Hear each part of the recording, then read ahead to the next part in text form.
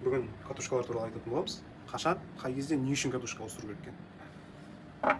Қараңыздар, катушканың істен шығуының ең бірінші себебі бұл свечтен. Мына біреу оригинал свеч, біреу подделка. Қарасаңыздар, оригинал свечтің зазоры орнында, бұл жерде искра қалыпты жағдайда тұрып тұрады. Подделка басы желінген, мынау арасында зазор үлкейді, соответственно, бірінші очередь нагрузка катушкаға түсетін болады.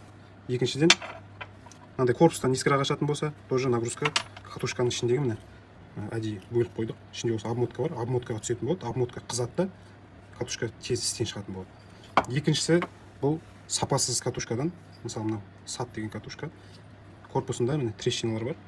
Бұндай трещиналар көбінесе клиенттер осы изолентермен жауып қояды. Бұл жерде міне сапасының нашарлығынан ыстыққа шыдамай корпусы жарылады.